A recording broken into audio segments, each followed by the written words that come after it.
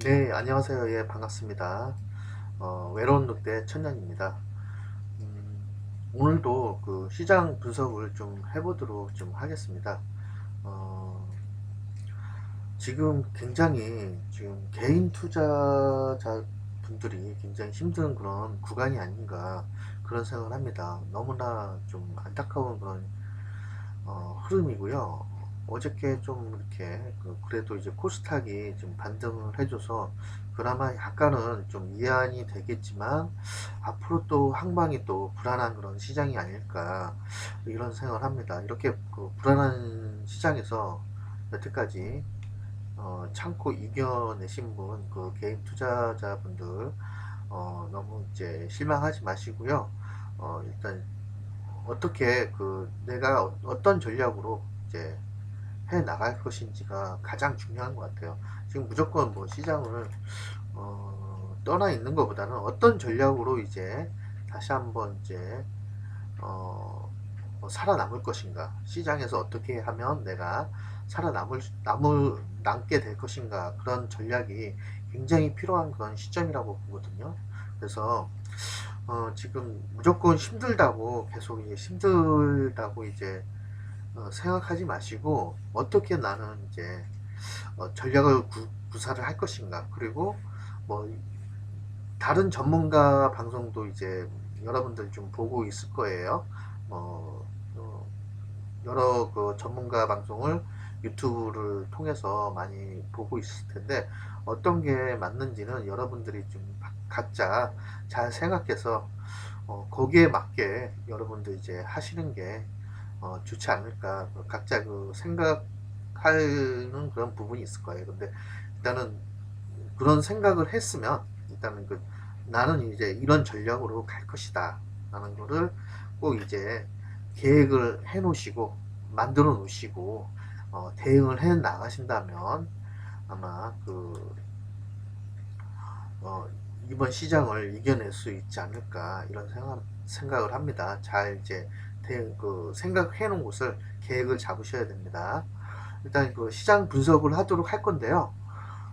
지금 그 시장의 그 가장 큰 이슈는 아무래도 지금 그 대주주 양도 소득세잖아요.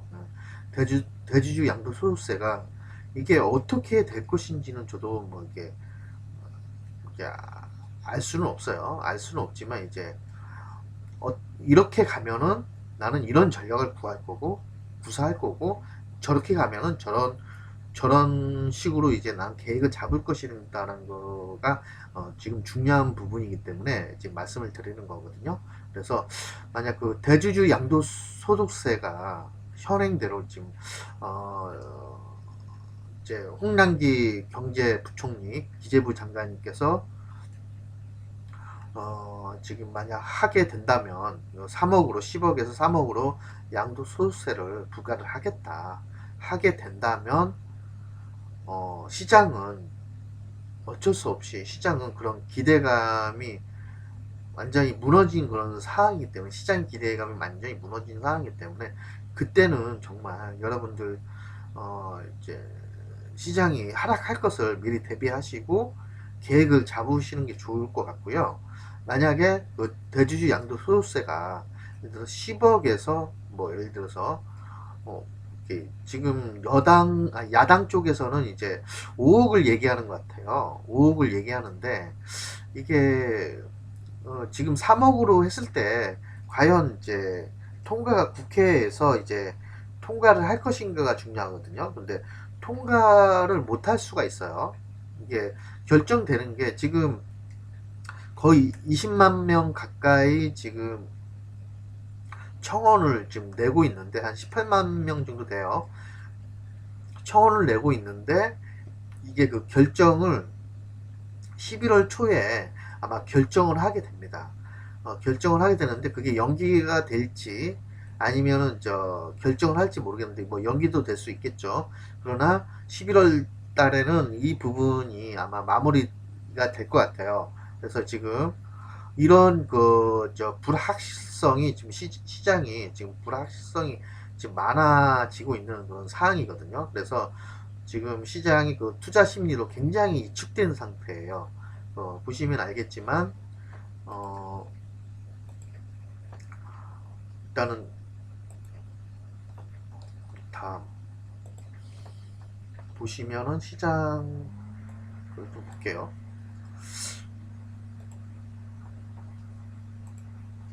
수급을 좀 보신다고 한다면 어, 지금 코스닥에서 이게 좀 안 나오네요. 오늘 게 아니고 오늘 것만 나오기, 당일은 오늘 거 나오기, 시장 종합을 보시게 된다면 어, 어, 지금 어저께 그 코스닥이 개인이 지금 매도를 지금 하고 있는 그 상황이잖아요. 그리고 외국인이 좀 사주고 기관이 좀 사줌으로 인해서 코스닥이 0.73% 정도 지금 어저께는 좀 약간은 지금 반등을 해주는 그런 모습이에요.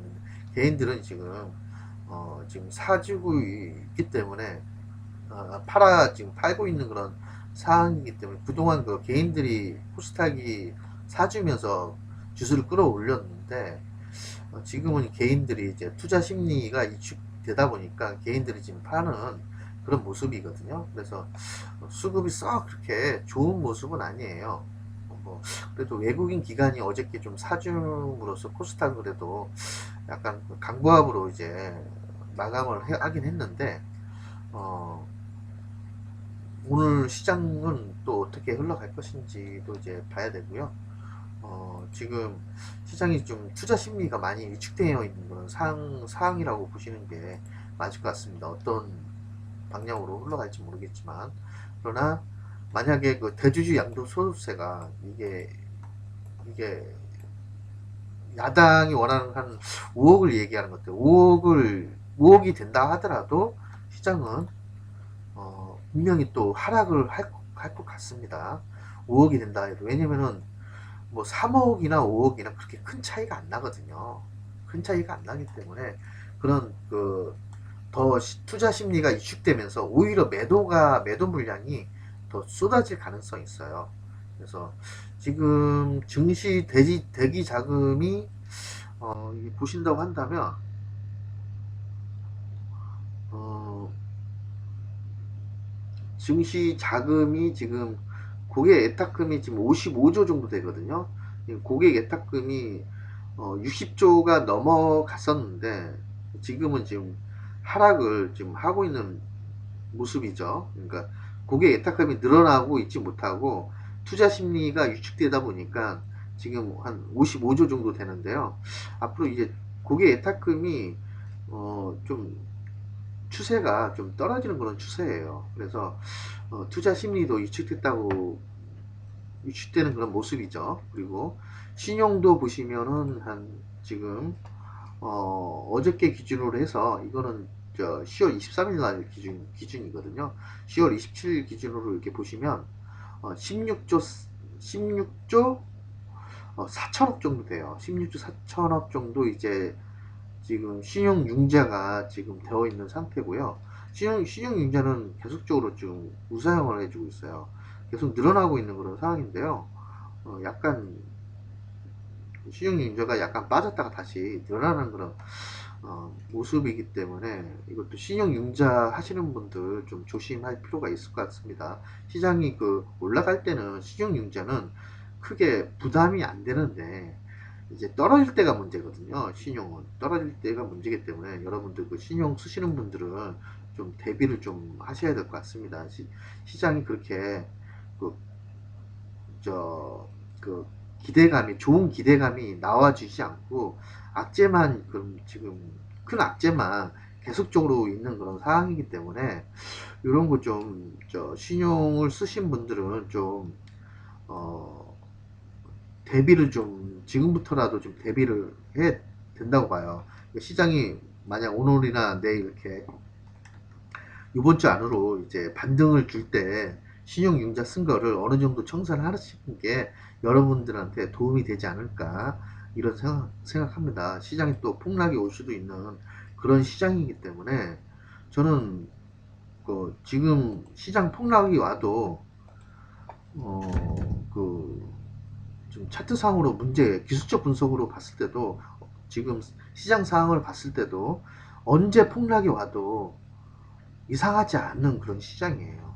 그래서 정말 그 시장 폭락도 가능한 그런 시장이라고 보거든요. 만약에 그 대주주 양도소 소득세가 만약 10억으로 그냥 현행으로 이제 그 밀고 나간다고 한다면 정부나 그 기재부 쪽에서 계속적으로 이제 밀고 나간다고 한다면 시장은 아마 큰 하락이 있을 가능성이 있어요.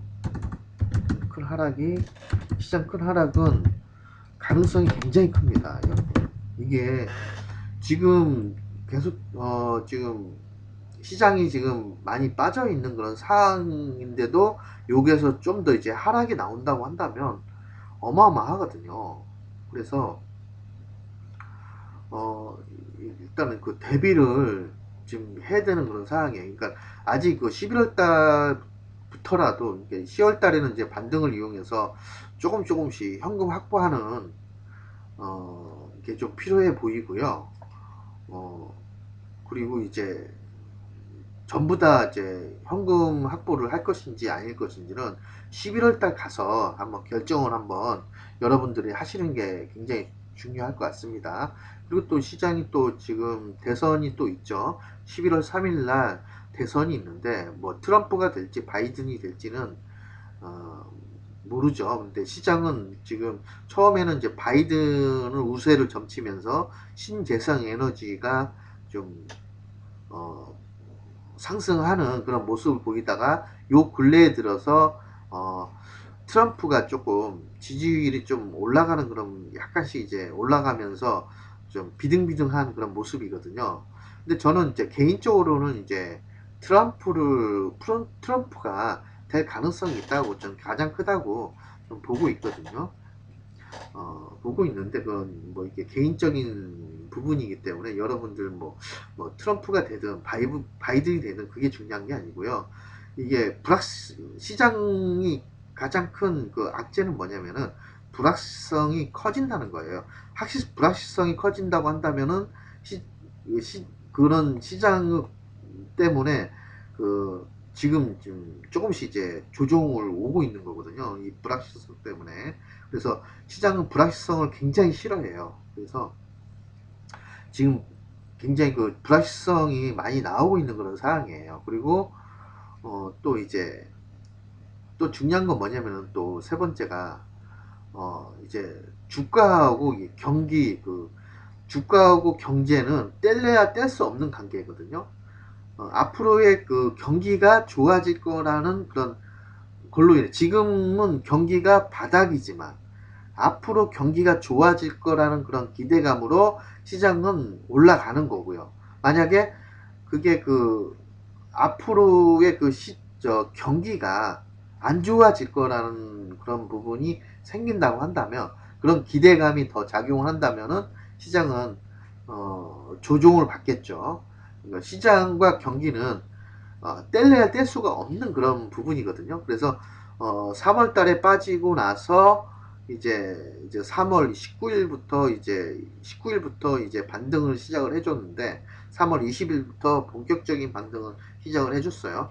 그때 해줬을 때의 그 시장의 반응은 지금보다는 경기가 좋아질 거라는 그런 기대감으로 시장은 어, 지수는 반영을 하면서 시장을 올라간 그런 부분이 있었어요. 지금은 굉장히 많이 오른 그런 상태거든요. 일단은 지수 차트를 일단 보도록 할게요. 발음이 좀 많이 새는데요. 제가 좀 새벽에 조금 잠을 못 자다가 잠을 설치다가 좀 일찍 일어났어요. 일찍 일어났는데 설치다가 좀 일찍 일어나다 보니까 약간 좀 피곤한 부분이 좀 있는데요. 좀 양해 좀 부탁드리고요. 좀 발음이 좀 세더라도 여러분들 좀 양해 부탁드립니다.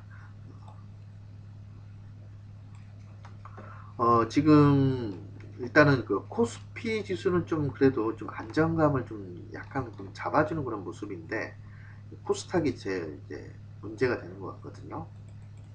코스, 물론 코스닥도 빠지면 이제 코스닥이 빠지고 있는데 코스피도 안 빠질래 안 빠질 수가 없어요. 일단 코스닥이 가장 큰 문제인데 어저께 그래도 반등을 좀 줬어요.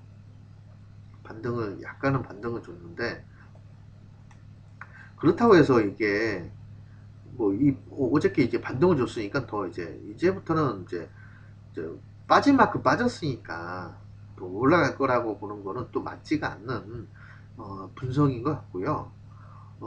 지금 보시면 시장이 이렇게 그 3월 이때가 그 3월 19일이었어, 그렇죠? 3월 19일 날 저점이 되고 나서 3월 20일부터는 시장이 이제 반등을 해주는 그런 모습이었잖아요.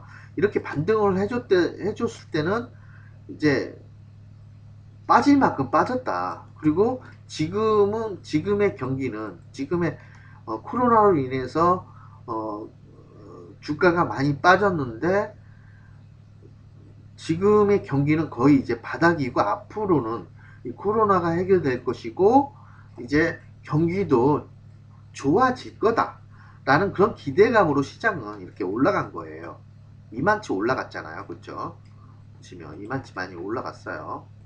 이렇게 많이 올라갔잖아요. 이만큼 올라갔기 때문에 이제는 이제 바닥권이라고 보시는 게 맞지 않습니다. 지금 저도 이제 유튜브 방송을 좀 많이 보는데 지금 뭐 이렇게 시장이 하락했으니까 지금 바닥권이다? 아니에요. 시장이 조정받았으니까 바닥권이다? 아닙니다. 바닥권이 아니에요. 시장은 바닥권이 아니고 이제 고점에서 지금 떨어지고 있는 그런 모습입니다. 그래서 뭐 사람들이 전문가들이 지금 거의 이제 바닥이 왔다. 시장은 다시 올라갈 가능성이 있다. 막 이제 얘기를 많이 하고 있는데 뭐 어차피 그 대주주 양도소득세는 뭐 또 이렇게 얘기하시는 분들이 있어요. 대주주 양도소득세 3억 그 양도소득세가 나와줘야지 시장은 더 크게 상승을 한다. 이렇게 거꾸로 얘기하시는 분이 있어요. 그게 좀 맞을까요? 대주주 양도소득세가 있어야지 시장이 더 크게 올라간다는 걸 이제 하는 그런 분도 있더라고요. 그게 어떤 얘기냐면은 이런 얘기예요. 그러니까는 어, 대주주 양도소득세 3억을 하면은 대주주를 3억 이상 가지고 있는 그런 사람들이 물려 있을 거다. 물려 있으니까 이제 자금 이탈을 안 하고 2천 이탈을 안 하고 있기 때문에 매도가 안 나오기 때문에 어, 오히려 함부로 빼지 못하고 2021년도에도 매도를 안 하고 이제 계속 장기 투자를 할 것이다. 이런 걸로 해서 시장은 더 크게 올라갈 수 있다. 이렇게 얘기를 하는 것 같아요. 이런 논리로 얘기하는 것 같은데 그게 뭐 맞을 수도 있겠지만 저는 좀 아니라고 봐요.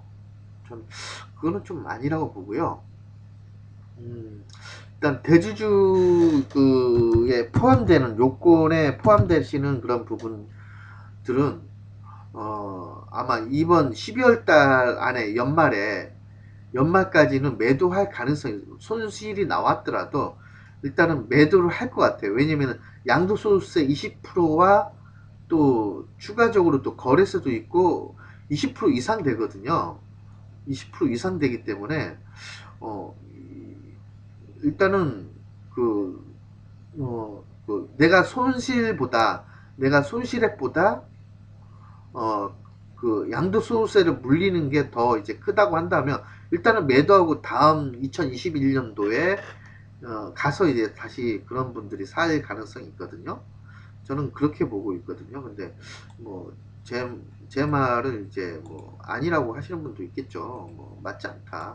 뭐 저는 뭐 그렇게 생각하시는 분은 뭐 그렇게 전략을 이제 해 나가셔야 되고요. 저는 일단 대주주 양도소득세 대주주 요건에 해당되신 분들이 뭐 지금 이제 매도를 하고 있는 그런 와중이라고 생각하거든요. 이런 모습이 하락하는 그런 지금 계속 조종을 받으면서 계속 하락을 하고 있잖아요. 시장이 조종을 받으면서 이렇게 하락을 하고 있는데, 이런 모습은 대주주 요건으로 인해서 불확실성 때문에 이제 조금씩 매도 물량이 지금 나와주고 있는 모습이에요. 아직도 대주주의 요건에 해당하신 분들이 매도가 아직도 안 나왔어요. 그럼 어떤 현상이 일어나냐면은, 대주주에 포함되는 그런 부분뿐만 아니고 이미 수익인 분들은 언제 이제 내 종목이 분명히 지금 뭐 개별적으로 올라가는 것도 있단 말이에요. 그런 거 보고 이제 매도하려고 하는, 여차하면 이제 매도가 나와요. 그러니까 꼭 대주주 아니더라도 대주주 아니라도 이제 개인 투자분들 중에 수익을 내고 아니면 약간 손실이라도, 시장이 그 불확실성 때문에 어떤 방향으로 흘러갈지 모르기 때문에 연말 안쪽으로 요건에 해당되신 분, 그리고 아니신 분들도 아마 매도가 물량이 나와요. 그러면 그 매도 물량을 다 쏟아 붓는다고 한다면 시장은 하락할 수밖에 없잖아요. 이게 맞지 않나요? 개인 투자 요건에 해당되지 않는 사람들도, 요건에 해당되지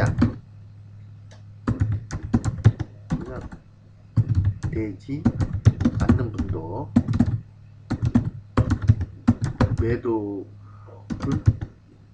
할 가능성이 있습니다.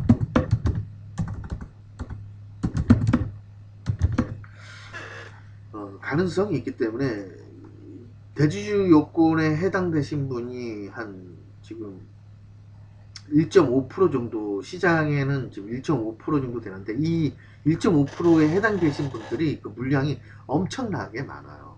여러분들이 생각한 만큼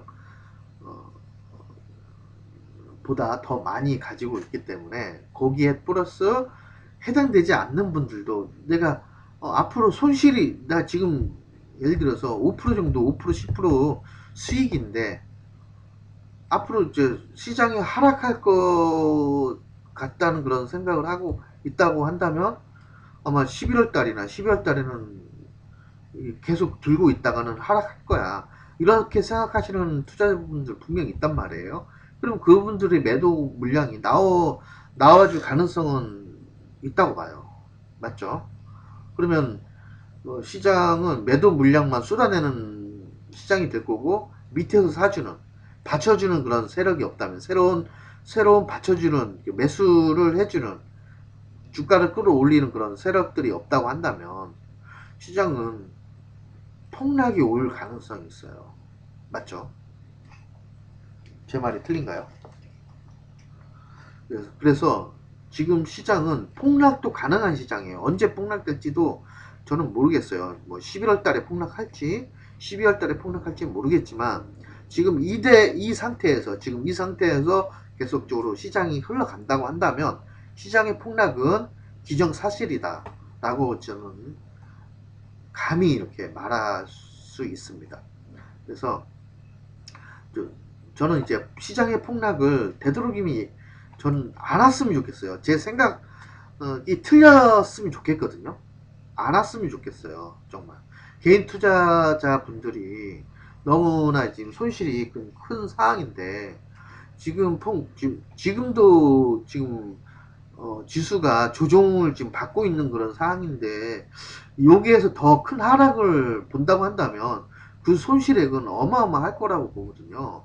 뭐 투자금이 뭐 1,000만원을 투자했든 500만원 투자했든 그건 중요하지 않다고 봐요. 예를 들어서 1,000만원 투자했는데 500만원이 남아버리면, 500만원 뿐 나중에 그 손실액이 50% 정도 돼버려갖고 지금 가지고 있는 게 지금 어, 500만원 정도뿐이 안 된다고 한다면, 그것도 그분들한테는 큰 돈이거든요.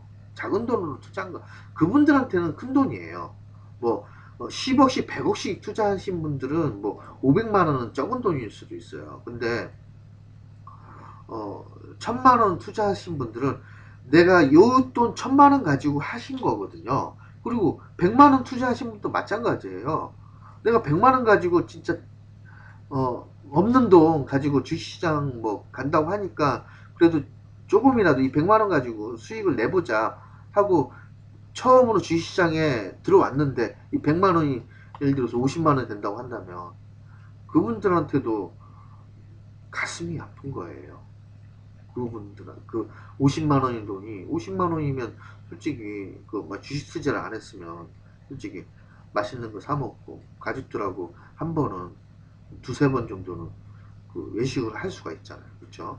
근데 이런 돈은 그냥 생돈을 날라가는 거잖아요. 생돈 뭐, 뭐, 뭐 이제 5천만 원 1억씩 투자하신 분들은 그 뭐 100만 원 우습게 생각될 수도 있겠지만 다 그 각자의 그 투자 금액이 다 틀리고 생각하는 게 다 틀리기 때문에 어, 내 그 자본을 정말 소중히 해야 된다고 보거든요. 돈의 가치를 굉장히 저는 이제 뭐 100만 원 투자금이 100만 원이 됐든 1000만 원이 됐든 1억이 됐든 저는 여러분들의 그 투자 자금은 정말 지켜야 된다고 봐요. 뭐 지킬 수 어떻게 하면은 내 투자 자금을 지킬 수 있는가 이거를 좀 생각해 봤으면 좀 하거든요. 그래서 이렇게 오늘 이렇게 강의를 드린 거고요. 계속적으로 이런 얘기는 제가 계속 얘기를 할 거예요. 그래서 지금 뭐 전문가들이 더 이제 불확실성이 해소가 된다고 한다면 충분히 올라갈 가능성이 있다. 뭐 이렇게 얘기하시는데 저는 지금 주가와 경기의 그 계리율도 굉장히 심한 상황이거든요. 그래서 이만큼 많이 올라왔기 때문에 시장이 이만큼 올라한 거하고 경기하고의 그 계리율은 많이 차이가 나요. 지금 이런 게 또 문제가 되거든요. 그래서 그런 부분으로 인해서 시장에 또 조정으로 올 수도 있는 그런 모습이고요. 계리율 때문에 시장이 너무 이제 많이 경기에 비해서 주가는 많이 올라온 그런 상황이기 때문에 그런 부분도 좀 아마 있지 않을까 그런 생각을 해봅니다. 그래서 그런 부분을 좀 생각해가면서 좀 전략을 이제 구사를 해야 되는데요. 어, 보시면 어, 일단은 3월 20일부터 본격적으로 이제 상승을 했죠. 이렇게 상승을 해줬어요. 그렇죠? 상승을 해주고 여기에서 이제 조정을 받고 다시 한번 이제 신고가를 내면서 900포인트 그 신고가를 내줬다가 다시 한번 조정을 받았죠. 그리고 나서 반등, 그 다음에 다시 조정. 이게 무슨 패턴이죠? 무슨 패턴인가요, 여러분? 패턴 보이시지 않나요? 패턴 보이지 않나요, 이렇게? 이게 바로 헤드앤 솔더 패턴입니다. 헤드앤 솔더, 헤드앤 솔더. 헤드가 뭐예요? 머리죠. 그리고 솔더는 뭐예요? 어깨라는 뜻이에요. 맞죠? 헤드앤 솔더가 헤드는 머리, 그리고 솔더는 어깨. 그쵸? 영어로 나온 건데 헤드앤 솔더. 요 부분이 머리라는 얘기예요. 여기 머리 앤 어깨. 왼쪽 어깨, 오른쪽 어깨가 나온 거죠. 이게 바로 헤드앤솔더예요. 이해되시죠? 머리와 어깨가 나왔다는 거예요. 헤드앤솔더. 이해되시나요?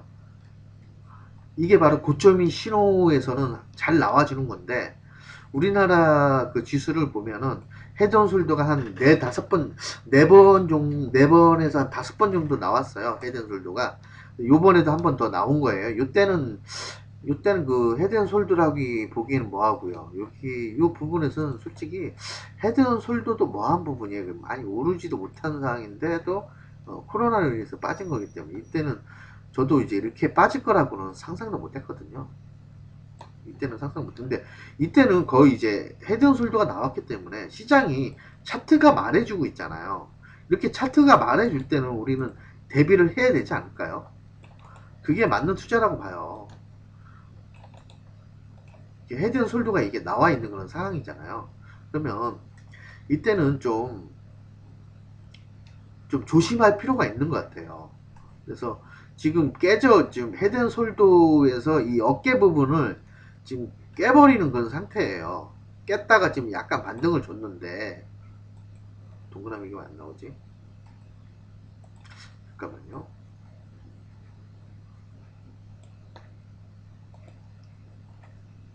깼다가 이제 반등을, 어저께 반등을 준 거거든요. 지금 깨져 있는 상태예요. 차트는 지금 깨져 있어요.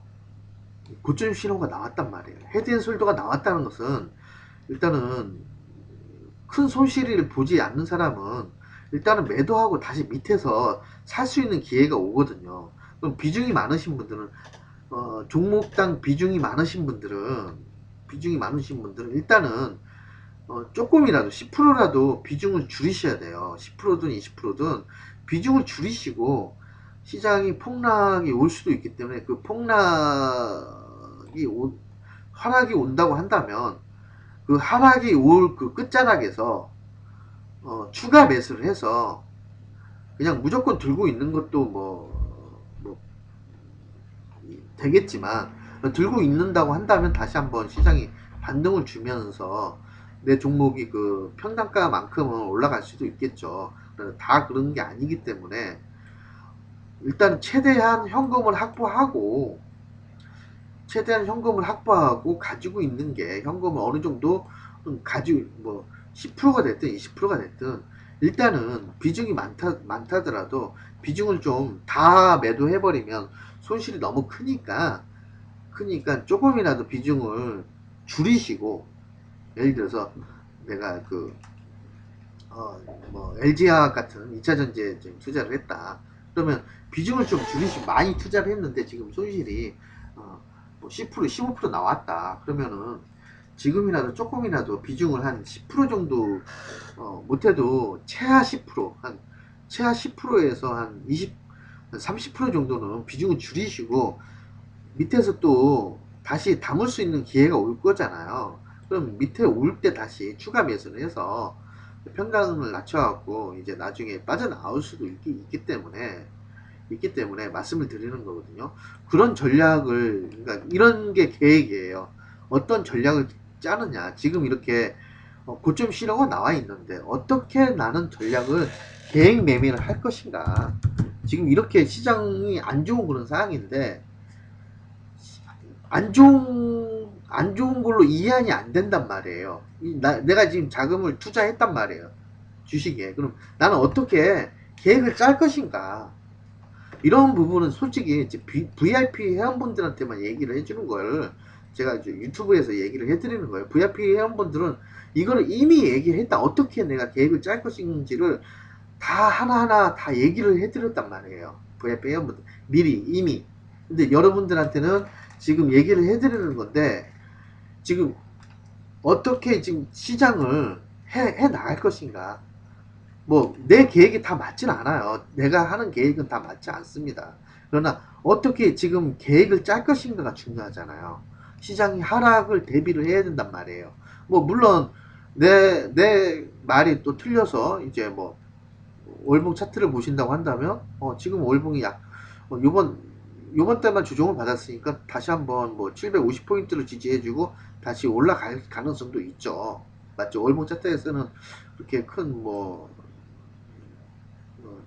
쭉 빠지는 모습이라고 보다는 한 번은 조정 주고 다시 한번 반등을 줄 수 있는 그런 모습이란 말이에요. 그렇죠? 일본 차트에서는 그런 모습을 나와주고 있긴 한데 지금 일본 차트에서는 해당 순서가 나와 있는 상태예요. 그래서 계획을 짜야 돼요. 지금 여러분 하락을 대비해야죠. 무조건 상승할 거라는 것은 맞지가 않는다고. 이렇게 고점 실호가 나왔을 때는 어떤 계획을 짜야 돼. 그럼 만약에 나는 너무 자금이 많아서 솔직히 난 비중을 줄이기 싫다. 매도하기 싫다.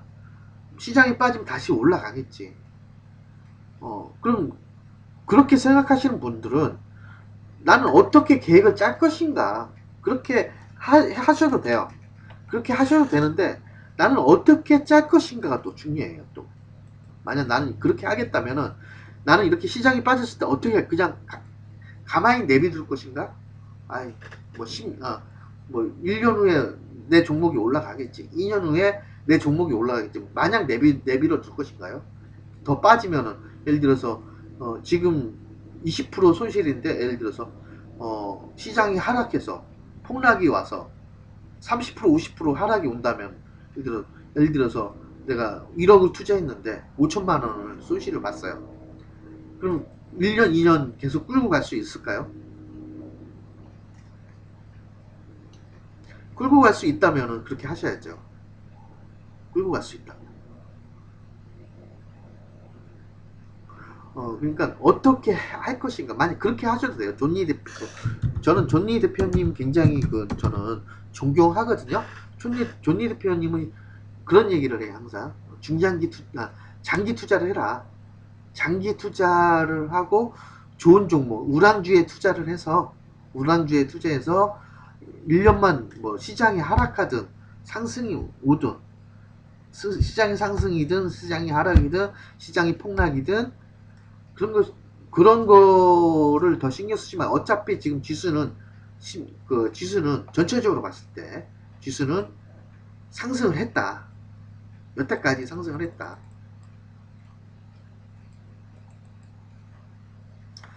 지금 코스피는 이렇게 월봉 차트인데요. 코스피는 그렇게 많이 상승을 못했어요. 만약 장기 투자를 한다고 한다면 코스닥을 하셔야 돼요.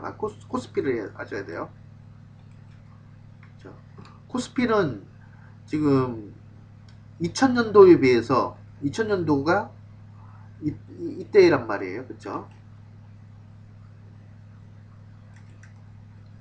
2000년도가 이때예요. 그쵸? 2021년도에 어, 1억발 금융위기가 또 있었죠. 아무튼 이때보다도 더 오르는 그런 시점이에요. 맞죠? 장기 투자를 했다고 한다면 지수에만 투자했어도 수익이에요. 맞죠?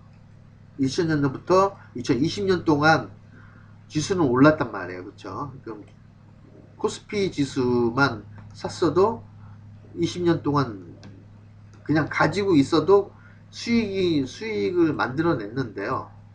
그럼 코스피 이렇게 추세를 이뤄가면서 이렇게 장기 투자할 수 있는 종목들이 좀 많지는 않은데 좀 있어요. 있는데 이런 투자를 한다고 한다면 어떤 투자를 해야 되냐고 한다면 어떻게 해야 되냐고 하냐면요. 나는 이런 매매를 할 것이다. 그런다고 한다면 이렇게 해야 돼요. 내가 장기 투자할 종목, 꾸준하게 우상할 종목을 찾아내야겠죠. 기업이 성장하는 종목, 꾸준하게 우상할 종목.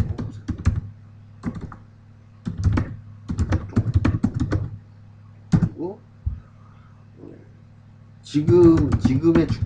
지금의 주가를 보는 게 아니라 앞으로 10년 5년 후 10년 후를 보는 거죠. 그 10년 후에 더 좋아질 기업을 분석을 해서 끌고 가는 투자를 해야 되는데 끌고 가는 게 아니라 존니 대표는 어떤 투자를 하냐면요. 여러분들 시장 마켓 투자를 한단 말이에요. 근데 존니 대표님은 시장 마켓 투자가 아니라 트레이딩 투자가 아니에요. 트레이딩 투자를 하는 게 아니라 여러분들은 트레이딩 투자를 뭐 단기적으로 10% 50% 오르면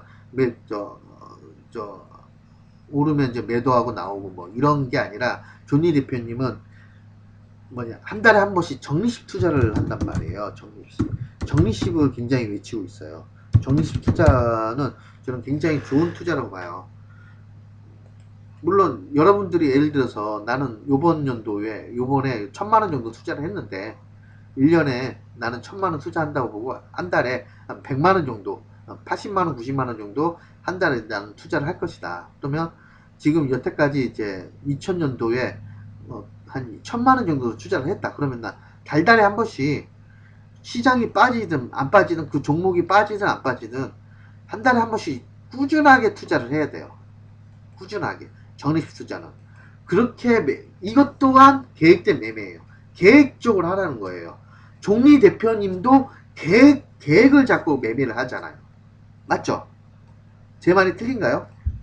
존니 대표님도 하물며 존니 대표님도 계획을 잡고 매매를 한다고요. 나는 시장이 빠지든 안 빠지든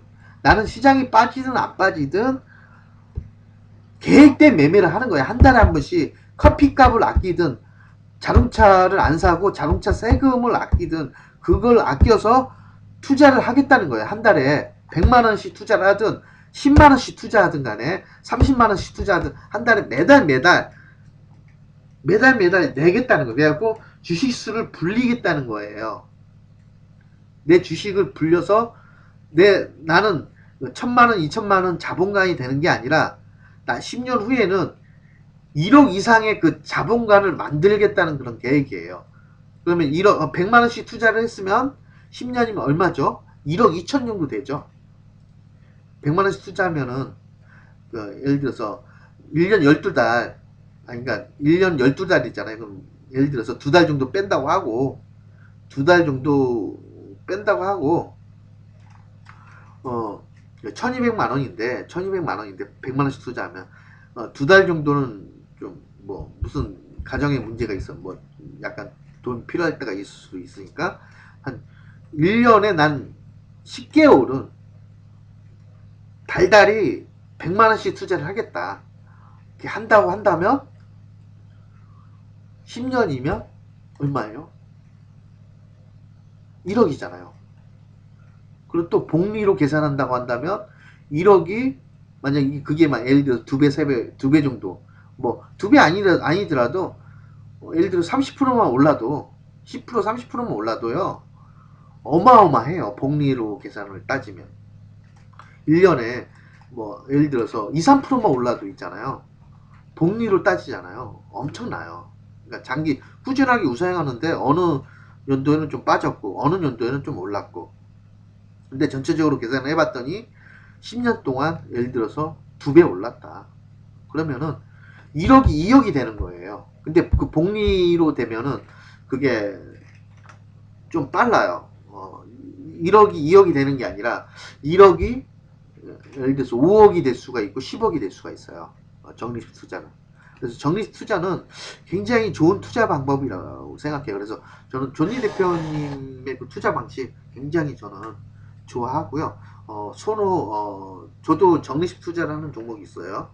있는데 존니 대표님은 저도 이제 굉장히 존경하시는 분이고, 물론 저도 이제 저는 이제 단기 매매도 하고, 장기 매매는 잘 안 하고요. 중장기 매매를 하는데, 중장기 투자를 해요. 중장기 투자를 하는데, 거의 주력 주는 중장기 투자고요. 그리고 이제 부주력, 그러니까 이제 조금씩 하는 거는 이제 단기 투자를 좀 하고 있어요. 단기 투자를 좀 하고 있는데 단기 매매 같은 경우는 이제 단기 매매도 이제 뭐 일주일 이렇게 보는 게 아니라 한 달에서 2달, 좀 길면은 석 달, 넉 달까지도 가요. 그래서 그런 매매를 좀 하는데요. 존니 대표님이 이런 거를 안 하시고요. 적립 투자를 계획된 매매를 하는 거예요. 트레이딩 같은 거는 저는 생각을 안 하시고요. 물론 그렇게 투자하시는 분들은 그렇게 하는 게 맞아요. 지금 내가 손실이 20%라도 뭐 처음에는 적립 투자는요. 처음에 10%, 20%, 30% 손실이 날 수가 있어요. 처음에는 1년간은 솔직히 1년간은 손실이 날 수 있어요. 20%, 30% 아무 문제 없어요. 왜냐? 나는 매달 또 그 종목에 투자를 할 거니까 상관이 없어요. 근데 여러분들은 또 안 그렇잖아요. 그렇게 매매를 안 했던 분들은 그런 식으로 매매를 안 했던 분들은 이거를 뭐 예를 들어서 뭐 계속 장기 투자를 하려고 한 게 아니라 뭐 예를 들어서 뭐 한 뭐 3개월, 한 달 이렇게 보시는 분들이 많이 있잖아요. 그렇죠? 많이 있는데 계획이 없단 말이에요, 여러분들은. 계획이. 어떤 식으로 계획을 짤 것인가. 그게 지금 가장 중요해요. 그래서 제가 얘기하고 싶은 거는 뭐냐면은 이렇게 시장이 하락이 왔으면 만약에 내가 더 이상의 자금이 없어요. 지금 전부 풀 매수를 해서 풀 매수를 해서 더 이상의 자금이 없어요. 그러면은 현금을 확보하라는 거예요. 비중을 좀 줄이시고, 비중이 많은 종목에, 손실이 있는 종목에 비중을 줄이시고, 나중에 시장 하락할 때 다시 이제 반등이 나오는 건 돌아 나가는 구간에서 다시 매수를 해보라는 거예요. 제 계획은 이거인 거예요. 여러분들에게 말씀드리고 싶은 것은 이게 제일 가장 좋은 좋은 계획 매매이고요. 뭐 다른 방법도 있어요. 이건 여러분들이 생각해 보세요. 만약 나는 예를 들어서 요번에 한 5천만 원 정도 투자를 했는데, 어느 종목이 뭐 5천만 원 정도를 투자를 했는데, 그게 예를 들어 손실이 뭐 예를 들어서 10% 이렇게 손실이 났다. 근데 다시 충분히 2021년도에는 올라갈 것 같아요. 뭐 지금 매도하기는, 지금 정리하기는 너무나 아까운 종목이에요. 예를 들어서 그러면 또 끌고 가는 거예요. 잠시 시장이 하락하고 나서 다시 올라갈 수도 있기 때문에 그걸 잘 파악해서 그 해야 된다고 저는 보고 있거든요. 그래서 잘 파악해서 그러면 또 어떤 경우는, 또 어떤 경우가 있냐면은 이 종목은 지금 20% 30% 정도 손실이란 말이에요. 그러면 이거는 일단은 밑에서 다시 잡아보는 그런 계획도 좋잖아요. 밑에서 빠졌을 때 밑에서 지금 매도하고, 어느 정도 매도하고 50% 정도는 매도하고 다시 밑에서 추가 매수를 할 생각을 하는 게 좋잖아요. 만약 내가 돈이 풀매수를 해갖고 돈이 없어요. 만약에 나는 지금 다시 빠졌다가 다시 올라갈 거라면, 난 지금 현금이 가지고 있어요. 그럼 나는 어느 구간에서 나는 매수하려고 지금 계획을 잡았어요. 그런 사람은 계획을 잡은 거예요. 그런 사람은 큰 문제가 안 되는데, 풀 매수하신 분, 지금 주식시장에 다 돈이 다, 요 자금이 다 그 주식시장에 간 사람들은 좀 생각을 해볼 필요가 있다는 거예요. 나는 앞으로 뭐 지금 풀 매수를 했지만 앞으로 돈 나올 구멍이 있어서 그거를 가지고 난 또 다시 추가 매수를 할 수 있다라고 하신 분들은 그래도 좀 나으신 분이에요. 그런데 그렇지 않은 분들이 문제가 되는 거예요. 그러면은 시장이 폭락이 온다고 한다면, 예를 들어서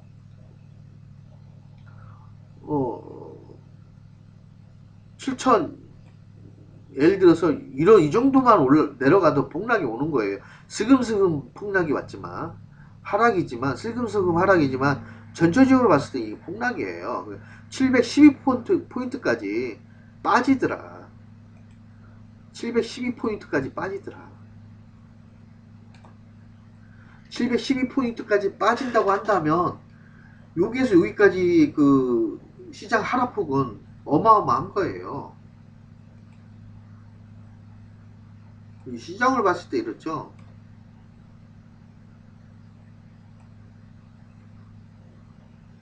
거의 18%, 지금 18% 손실이 돼버리거든요. 시장만. 그러면 이렇게 712포인트 가면 종목은요, 제가 볼 때는 30%가 넘어가요. 종목은 30% 손실이 나버려요. 거의 폭락 수준이죠. 그 정도면. 맞잖아요. 폭락 수준이에요. 그 정도면. 이 정도 720포인트 정도만 빠져도 폭락 수준인데, 만약 이것도 다 깨버린다고 하는데 어떻게 될지 모르잖아요. 이것까지 다 깨버린다고 한다면 600포인트까지도 갈 수도 있잖아요.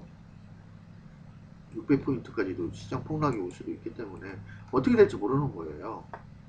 지금 정부에서는 강행을 하려고 하는 모습이에요. 저는 이게 그냥 15억으로, 그러니까 예를 들어서 양도세를 기존대로, 어, 대주주 양도세를 15억, 기존대로 15억으로 하고 2년간 유예를 하겠다 한다면은 시장은 다시 한번 반등을 줄 수 있어요. 그 불확실성이 해소가 되면서 시장은 다시 반등을 줄 수 있어요. 그래서 여기에서는 이제 반등을 주면서 어느 정도는 지지를 해주고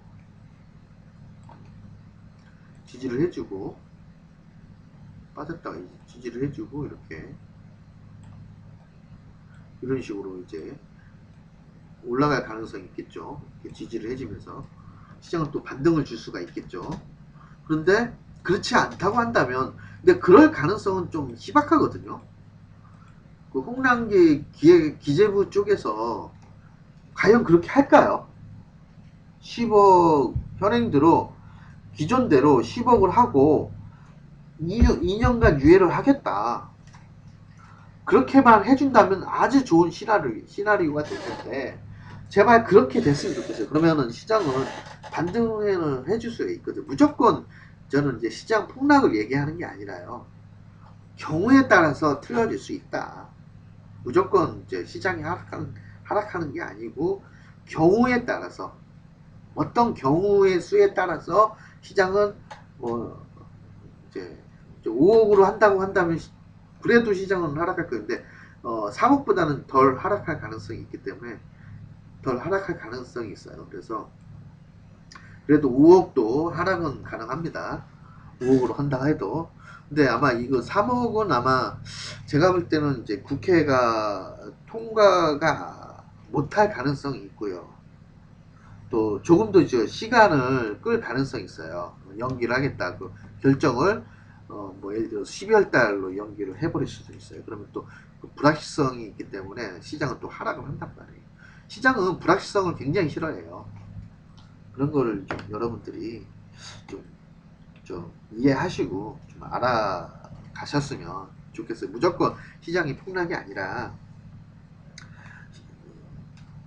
또 이제 국회가 좋은 또 국회에서 좋은 그 결정을 하게 된다면 시장이 하락은 또 제한될 또 가능성이 또 있습니다. 그래서 또 해프닝으로 끝날 가능성도 있기 때문에 어, 그런 것도 좀 염두에 두셔야 되기 때문에 전부 다 이제 전부 현금을 전부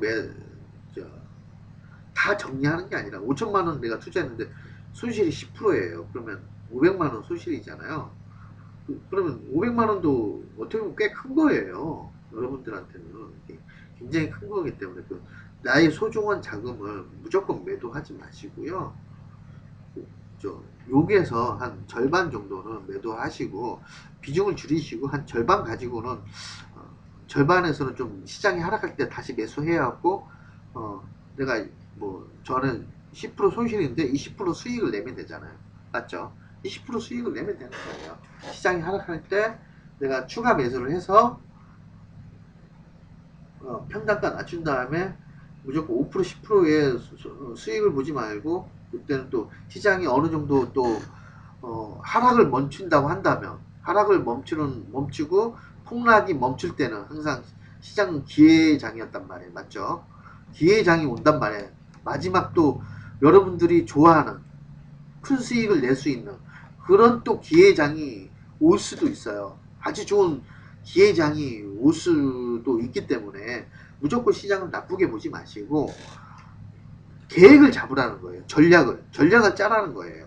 제가 오늘 그 시장을 얘기하는 부분은 뭐 시장의 하락, 시장의 상승, 뭐 상승과 하락, 행보 이런 걸 얘기하는 게 아니에요. 이런 걸 얘기하는 게 아니라 뭐 이 정도 뭐 지지 라인이 있어요. 뭐 이렇게 지지 라인이 있는데 여기까지는 뭐 지지를 해주겠다. 지금 이런 거는 그렇게 중요한 것 같지가 않아요. 뭐 알면 좋겠지만 이런 거는 뭐 지지 라인은 지금 코스피는 깼잖아요. 깨져 있고 지금 백일선 이평선도 깨져 있는 그런 상황인데 어, 이 지지 라인을 깨졌기 때문에 좀 더 빠질 가능성이 있습니다. 근데 그런 거보다는 제가 이런 거를 시장이 이제 깨졌는지 지지 라인이 깨졌는지 다시 저항 구간은 어딘지 이런 거를 뭐 저항이라고 한다면 뭐 이런 여기가 저항이 되죠. 여기가 870포인트 870포인트가 저항이 되는데 지지 라인은 지금 800포인트로 지지 라인을 깼기 때문에 시장이 좀 더 하락을 보는 거고요. 그러니까 이런 거를 말씀드리는 게 아니라 시장이 상승과 하락을 얘기하는 게 아니라 지금 고점 신호가 나왔잖아요. 이 헤드앤솔더가 나오면은 항상 시장이 이 정도만큼 빠져요. 이 정도만큼은 충분히 빠지거든요. 지금보다 이 정도, 그러니까 빠지면은 여기까지 빠진다고 보는 거지. 정확하네요. 여기까지 713포인트까지 713포인트까지 이렇게 헤드앤숄더가 나오면 이만큼의 빠지는데 714포인트까지 빠질 가능성이 있어요. 다 보여주잖아요. 그렇죠?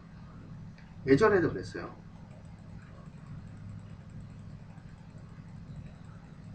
헤드앤숄더가 나온 걸 보시면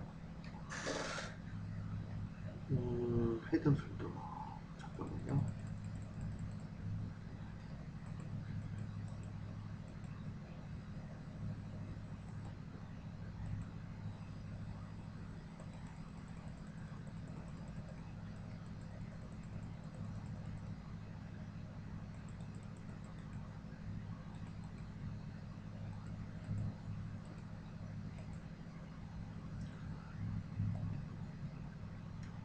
이 2017년도에 나왔나?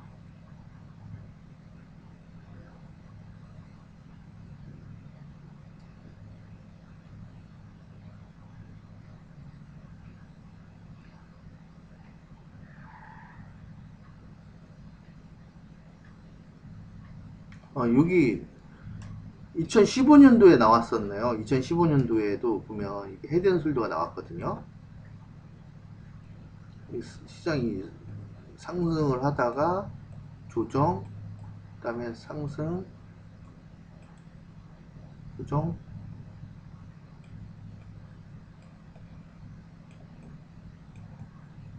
헤드앤숄더가 나왔죠.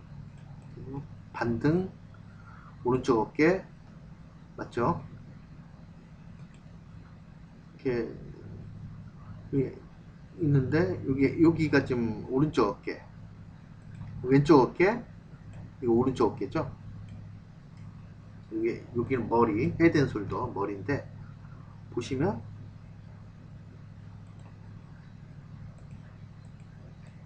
헤드앤숄더 나왔죠. 보시면 이것도 볼게요.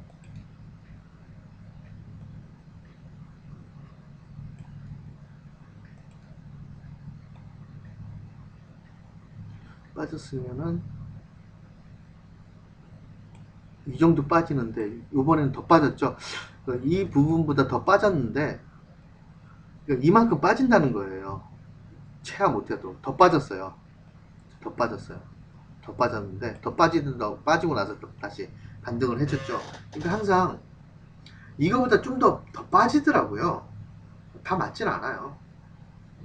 거의 이제 패턴은 거의 비슷하다라고 보시면 돼요. 그러니까 항상 헤드앤숄더가 나오면 여기 빠진 만큼 이 어깨 부분 그 수평선을 딱 그어서 그 다음에 그 요 머리에 해당되는 부분을 짝대기를 그어서 여기를 붙여 놓으면 이만큼 더 빠지는 거예요. 그러니까 항상 이렇게 헤드앤숄더가 나오면 그만큼 빠지고 나서 다시 한번 반등을 주고 기나긴 행보의 시간을 가져요. 그렇죠? 어때요? 시장님. 기나긴 행보의 시간을 가져요. 오랫동안. 그렇죠? 오랫동안 가요. 오랫동안 하죠.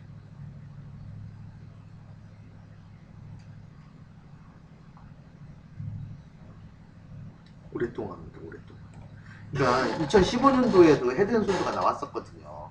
요번에도 그러니까 700 요번에도 보면은 이거보다 더 빠진다는 거예요. 여기보다는 좀 더 빠지니까 제가 볼 때는 여기까지 690포인트까지도 빠질 수 있다는 거예요. 이평선을 깨버릴 수 있어요. 장기 이평선 깨버리고 680, 680포인트까지도 빠질 가능성이 있거든요. 그러니까 뭐 이런 부분을 제가 얘기하는 게 아니라 시장이 얼마만큼 빠질 것인가 그거는 아무도 몰라요. 아무도 모르고 어떻게 계획을 지금 이렇게 고점 신호가 나왔고 시장 상황이 지금 이런데 우리는 어떤 준비를 할 것이며 어떤 전략을 만들 것이며 어떤 계획을 해 나가는지가 가장 중요하다. 이런 거 말씀드리고 싶어서 오늘 이렇게 얘기를 드리는 겁니다. 여러분 이제 이해되시죠? 일단은 마치도록 하고요. 잘 대응을 해서 나중에는 또 다시 한번 좋은 기회가 올 때 매수를 해서 큰 수익을 또 낼 수 있는 장이 나올 수 있으니까요. 이런 장에서 다시 좋은 또 수익률 낼 수 있는 시장에서 살아남는 여러분들이 되셨으면 합니다. 예, 마치도록 하겠습니다. 외로운 늑대 천년이었습니다. 예, 네, 감사합니다. 좋아요, 구독 꼭 눌러주세요. 네, 안녕히 계세요.